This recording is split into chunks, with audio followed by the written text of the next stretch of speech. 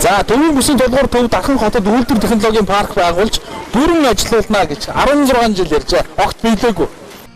Монгол Ардын нам бүсчилсан хөгжлийн хүрээнд Дархан уул аймгийг төвийн бүсийн толгуур төв болгон хөгжүүлж энэ томоохон бодлогынхаа хүрээнд Дархан хотыг үйлдвэр технологийн парк болгож хөгжүүлэхээр томоохон шийдвэрүүдийг гаргаж байсан.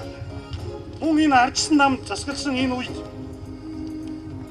2013 оны 3 дугаар сарын 2-ны өдрийн Монгол улсын засгийн газрын 76 дугаар тогтоолоор Дархан уул аймгийг биш Сайн Шанд хотод аж үйлдвэрийн паркийг барина гэж ингэж цуцалсан шийдвэрийг Алтан хуйг Монгол улсын ерөнхий сайд Алтан хуйг үйлдвэр хөдөө аж ахуйн сайд Х Баттуулга нар 76 тоо тогтоол гаргаж мөн хүчингү болгож зогсоосон.